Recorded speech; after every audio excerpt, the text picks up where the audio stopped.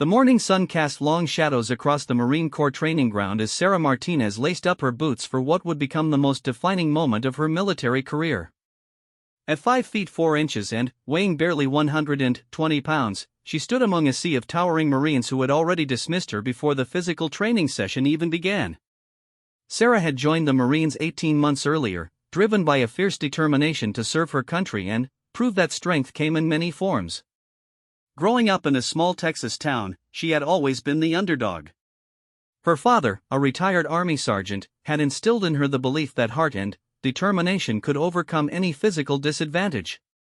Her mother, a nurse who worked double shifts to support the family, had shown her that resilience was not about size but about spirit.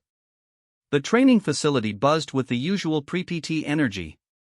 Marines stretched, joked, and prepared for another grueling session designed to push their limits. Sergeant Rodriguez, a seasoned Marine with 15 years of service, called the group to attention. His weathered face and commanding presence immediately silenced the chatter.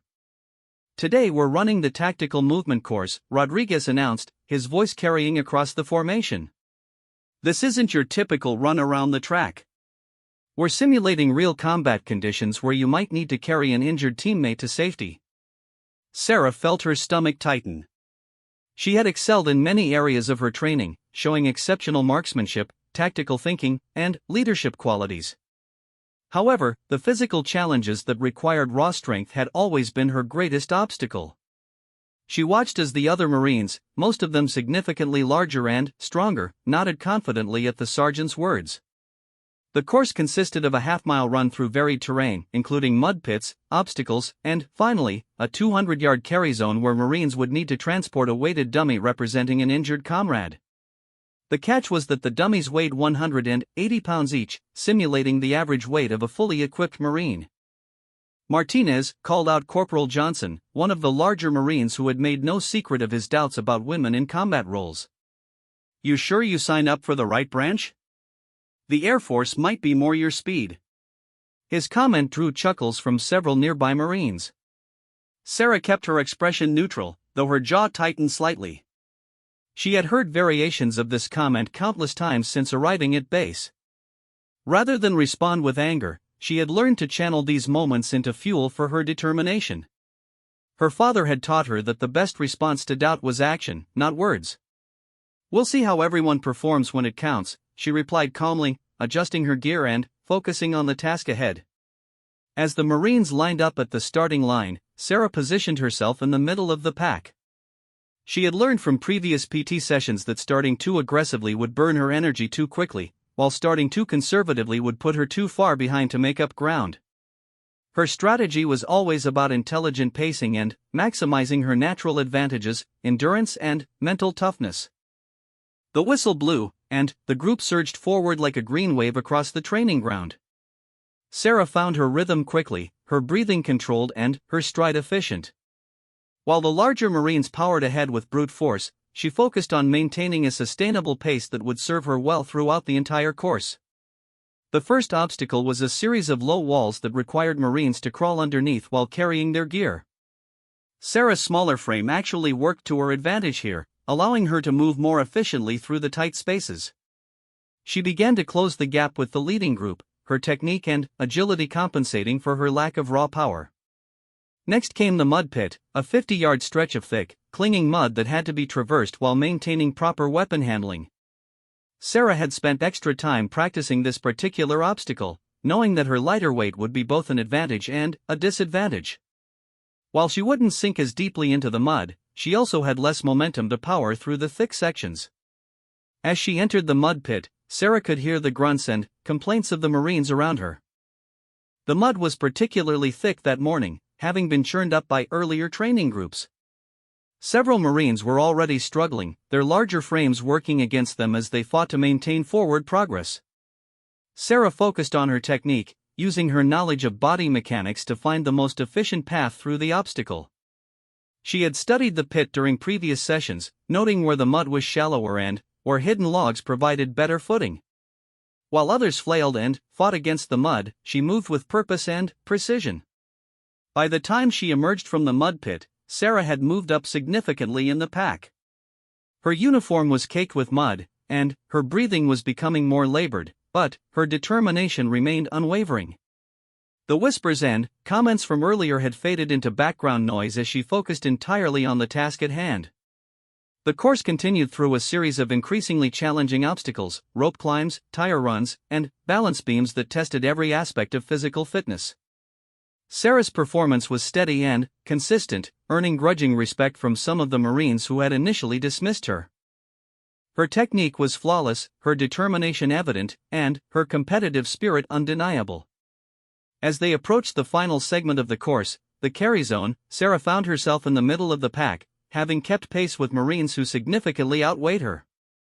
The sergeants had positioned the weighted dummies at the beginning of a 200-yard stretch of rough terrain that included hills, uneven ground, and several smaller obstacles. The sight of the dummies gave Sarah pause.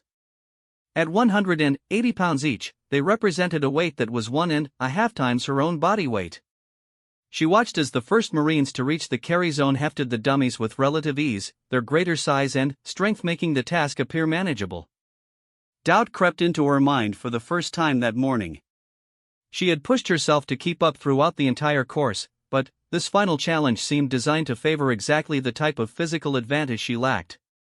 The weight of expectations, both her own and those of everyone watching, settled on her shoulders like the Texas heat she remembered from her childhood. But, as Sarah approached her assigned dummy, she remembered why she was here. This wasn't just about proving herself to the doubters or earning respect from her peers. This was about becoming the best Marine she could be, regardless of the obstacles in her way. In a real combat situation, an injured teammate wouldn't care about her size or gender. They would only care that someone was willing to risk everything to bring them home safely. Sarah gripped the dummy's harness, feeling the full weight of the challenge ahead. Around her, Marines were beginning their carries with varying degrees of success. Some powered forward with brute strength, while others struggled with technique and endurance.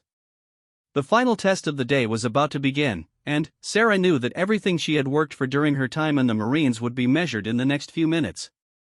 The carry zone stretched ahead of her like a battlefield, and Sarah Martinez prepared to face the greatest physical challenge of her military career. The laughter and doubts of her peers echoed in her memory, but louder still was the voice of her father reminding her that true strength came from within. The moment of truth had arrived. Sarah bent down and wrapped her arms around the dummy, feeling its dead weight settle against her body. The synthetic material was rough against her muddy uniform, and the weight distribution felt awkward and unwieldy. She had practiced carries before, but never with anything this heavy or over such challenging terrain. The first few steps were the hardest. Sarah's legs trembled slightly under the unexpected burden, and she had to adjust her grip twice before finding a position that felt sustainable. Around her, she could hear the sounds of other Marines beginning their carries, some moving with confident strides while others struggled with their own technique and balance. "Come on, Martinez," she heard Corporal Johnson call out from somewhere behind her. "Don't hold up the whole unit because you bit off more than you could chew." His words were followed by scattered laughter from other Marines who were watching the spectacle unfold. Rather than let the comments derail her focus, Sarah used them as motivation. She found her rhythm after the first 50 yards, adjusting her breathing to match her steps and finding a carrying position that distributed the weight more evenly across her frame. Her smaller size actually provided some advantages in terms of center of gravity and balance, allowing her to navigate the uneven terrain with more stability than some of the larger Marines.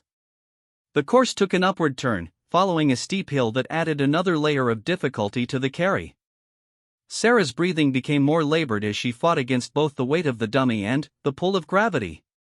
Sweat stung her eyes, mixing with the mud that still caked her face and uniform. Each step became a conscious effort, requiring her to dig deep into reserves of strength she wasn't sure she possessed. Halfway up the hill, Sarah heard a commotion behind her. She turned to see Corporal Johnson struggling with his own carry, the weight of the dummy having thrown him off balance on the steep incline. He had stumbled and fallen, the dummy landing awkwardly on top of him. His face was red with exertion and embarrassment as he fought to regain his footing. Sarah paused for a moment, watching as Johnson struggled. Part of her wanted to continue on, to focus on her own performance and let him deal with the consequences of his earlier mockery.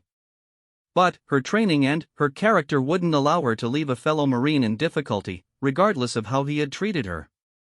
Setting down her own dummy carefully, Sarah jogged back to where Johnson was trapped. Without a word, she helped lift the weighted dummy off of him and extended her hand to help him to his feet.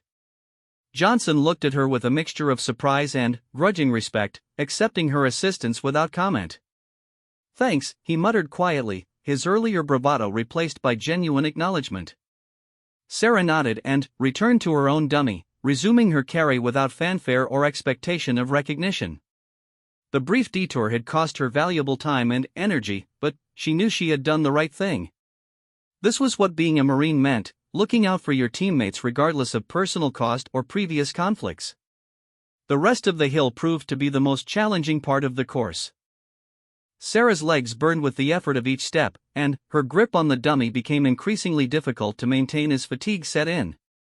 She could feel her strength ebbing, but her determination never wavered. She had come too far to give up now. At the crest of the hill, the course leveled out somewhat, providing a brief respite before the final descent. Sarah used this opportunity to adjust her grip and catch her breath, looking around to see how the other Marines were faring. Many were struggling visibly, their earlier confidence replaced by the grim reality of the physical demands of the exercise. The descent proved to be almost as challenging as the climb, requiring careful footwork to avoid losing control of the heavy dummy on the steep slope. Sarah's smaller size again worked to her advantage, allowing her to maintain better balance and control as she navigated the treacherous terrain. As she approached the final 100 yards of the course, Sarah could see the finish line in the distance. The sight gave her a surge of energy, but she knew that the hardest part was still ahead. The final stretch included several obstacles that had to be navigated while maintaining the carry, testing both physical strength and mental determination. The first obstacle was a series of tire runs, requiring Marines to step through large tires while carrying their dummy. Sarah's shorter legs made this particularly challenging, forcing her to take higher steps and using more energy with each movement. She gritted her teeth and pushed through, refusing to let this obstacle stop her progress. The next challenge was a balance beam that had to be crossed while maintaining the carry. This required exceptional core strength and balance, skills that Sarah had developed through her gymnastics background in high school. She approached the beam with confidence, knowing that this was an area where her training and natural ability could shine. Step by careful step, Sarah made her way across the balance beam, the weight of the dummy making each movement precarious but not impossible. Her focus was intense, blocking out the sounds of the training ground and concentrating entirely on maintaining her balance and forward momentum. As she reached the end of the beam, Sarah could hear encouraging shouts from other Marines who had already completed their carries. The atmosphere had shifted from one of skepticism and mockery to one of respect and admiration for her determination and skill. The final obstacle was a low crawl under a series of ropes, requiring Marines to drag their dummy while staying below the rope line. This was perhaps the most grueling part of the entire course, demanding both strength and endurance while maintaining an awkward and uncomfortable position. Sarah dropped to her knees and began the crawl, pulling the dummy along beside her.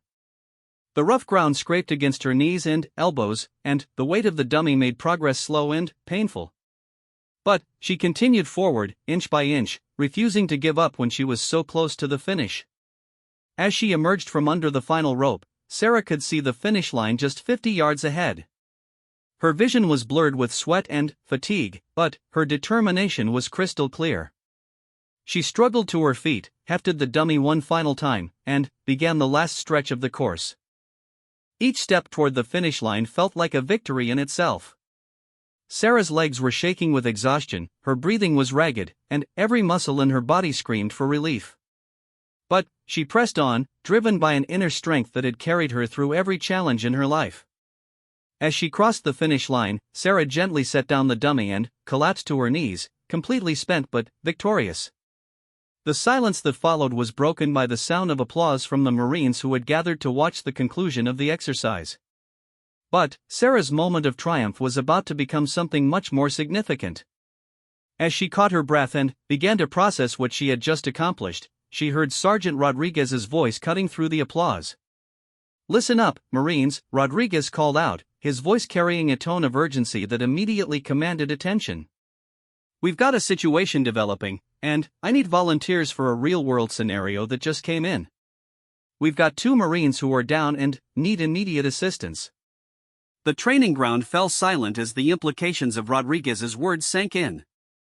This was no longer an exercise or a test of physical fitness. This was the real thing, and everything that Sarah had just proved to herself and others was about to be put to the ultimate test. Sergeant Rodriguez's words hung in the air like smoke from a battlefield. 2 Marines were down during a training exercise in the remote canyon area of the base, approximately 2 miles from the main training facility. A flash flood had swept through the narrow canyon, trapping them on a ledge with injuries that prevented them from climbing out on their own. The rescue presented multiple challenges. The terrain was treacherous, made worse by the recent flooding. The injured Marines were located on a ledge approximately 30 feet below the rim of the canyon, accessible only by rope descent. Once the rescuers reached the injured Marines, they would need to carry them up a steep, rocky slope to reach the evacuation point where medical personnel waited.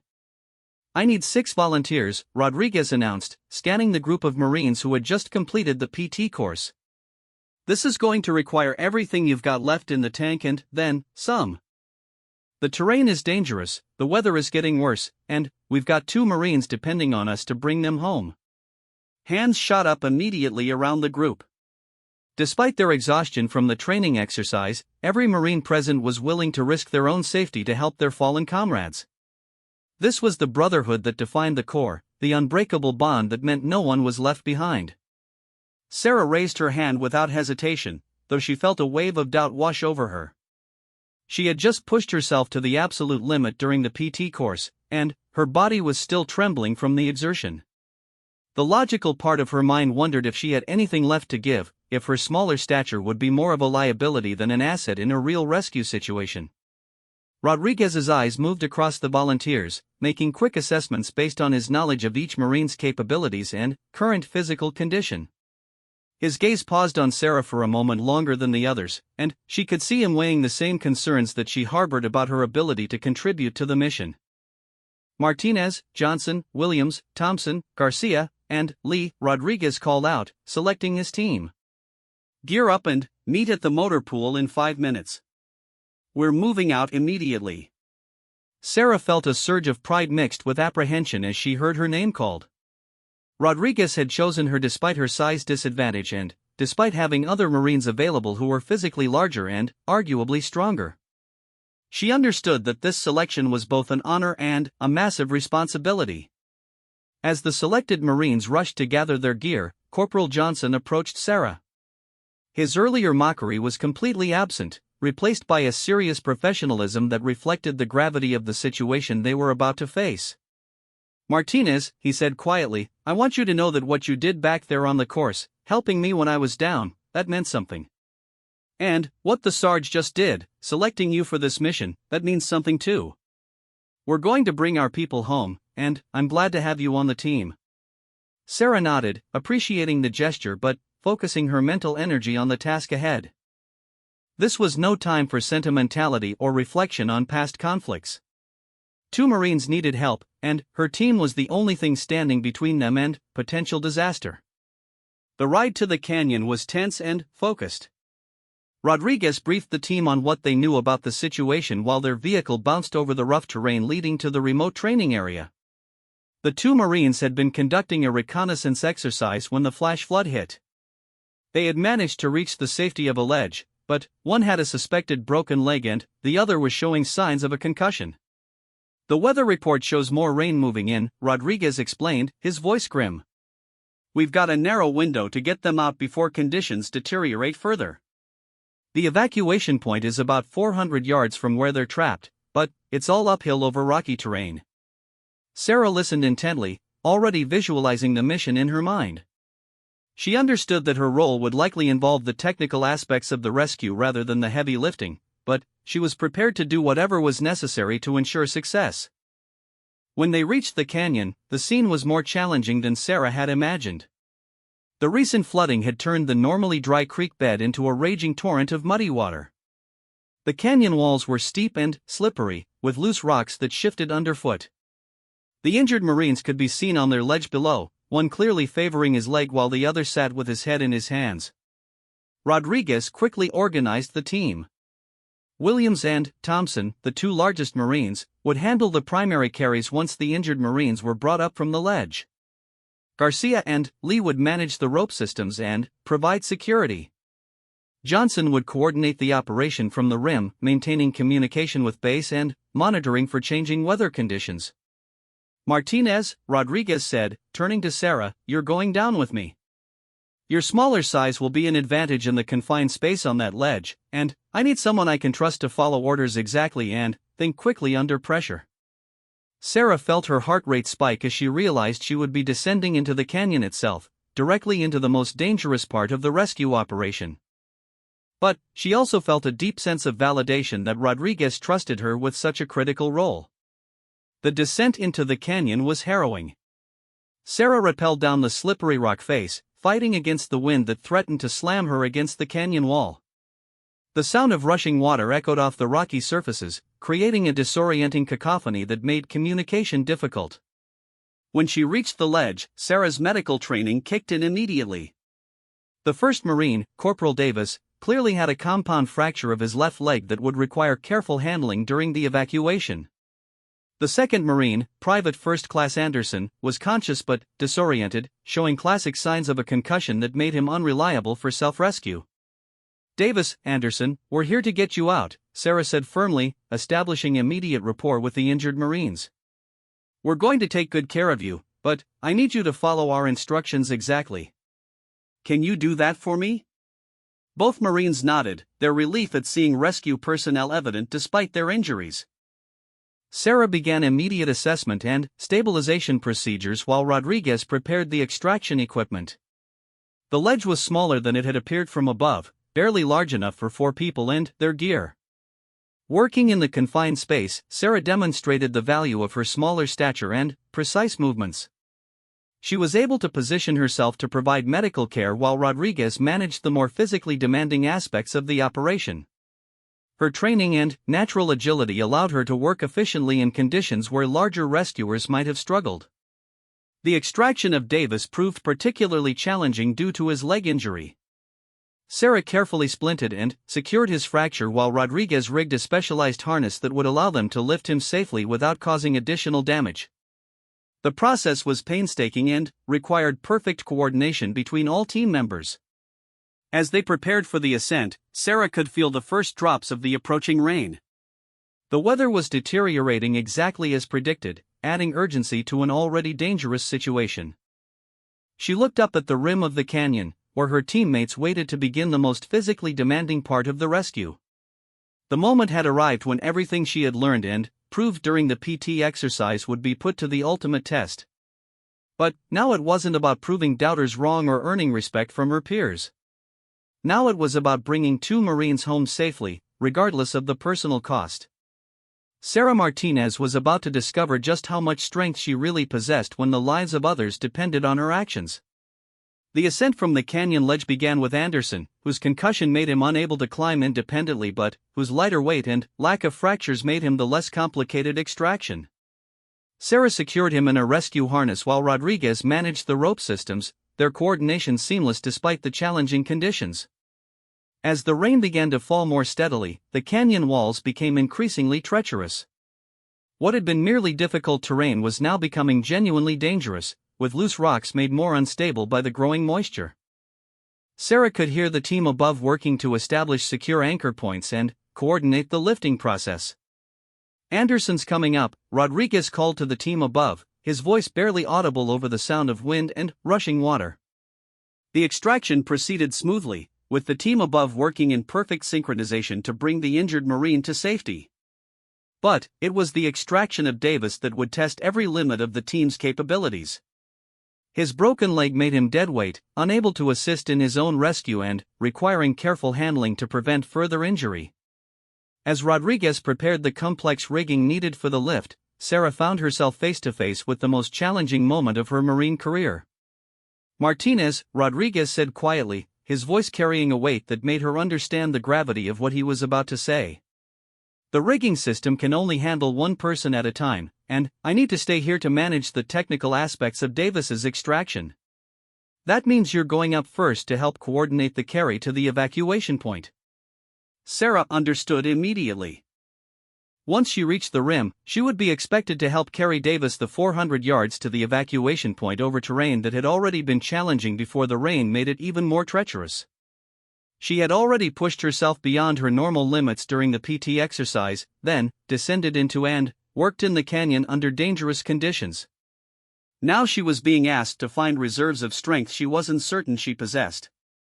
But, looking at Davis, seeing the pain in his eyes and the trust he placed in his fellow Marines to bring him home safely, Sarah found her answer. This wasn't about what she could or couldn't do anymore. This was about what had to be done. The ascent out of the canyon was the longest few minutes of Sarah's life. The rope work that had seemed routine during training felt precarious and uncertain in the worsening weather conditions. Each movement upward required conscious effort and determination, her body protesting against the additional demands being placed upon it. When she finally reached the rim, Sarah was greeted by Johnson and the rest of the team who had been working tirelessly to prepare for the next phase of the operation. The evacuation point seemed impossibly far away, and the terrain between their current position and safety looked more daunting than ever in the deteriorating light and weather. Davis's extraction from the canyon took another 10 crucial minutes, time during which the weather continued to worsen and the urgency of the situation became increasingly apparent. When he finally reached the rim, it was clear that he was in significant pain and that every moment of delay increased the risk to his long-term recovery.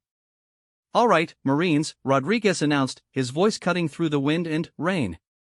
"We've got 400 yards of rough terrain between us and the evacuation point. Davis can't walk, which means we're carrying him the entire way. Williams and Thompson will take the primary carry positions. Johnson and Garcia will rotate in as needed. Lee will manage our gear and maintain communication. Martinez, you're our navigator and troubleshooter." As the team organized for the carry, Sarah understood her role but also recognized that the harsh reality of the terrain would likely require everyone to contribute to the physical demands of moving Davis to safety. The rocky, uneven ground would make maintaining a steady carry extremely difficult, and the growing darkness and rain would add additional complications. The carry began with Williams and Thompson lifting Davis in a modified stretcher carry, their combined strength making the initial movement appear almost effortless. But, within the first 100 yards, the reality of the terrain began to take its toll. The rocky, uneven surface made it impossible to maintain a steady rhythm, and the weight of Davis began to wear on even the strongest members of the team. Sarah found herself constantly moving between different support roles, sometimes helping to guide the carry team around obstacles, other times providing direct physical support when the terrain became particularly challenging. Her smaller size allowed her to scout ahead and identify the best routes, but increasingly she was being called upon to provide direct assistance with the carry itself. Halfway to the evacuation point, Thompson stumbled on a loose rock and nearly lost his grip on Davis. The near fall sent a shock of pain through Davis's injured leg and forced the team to stop and reorganize. In the brief rest, Sarah could see the exhaustion in everyone's faces and understood that they were all approaching their physical limits. "I need to rotate in," Garcia announced, his voice strained with effort. The constant work of managing gear and communications while navigating the difficult terrain had worn him down faster than expected. But, as the team prepared to reorganize the carry, it became clear that they had a problem. Johnson was favoring his left ankle, having twisted it during a particularly challenging section of the route. Garcia was exhausted from his support role, and Lee was needed to maintain their communication and navigation systems.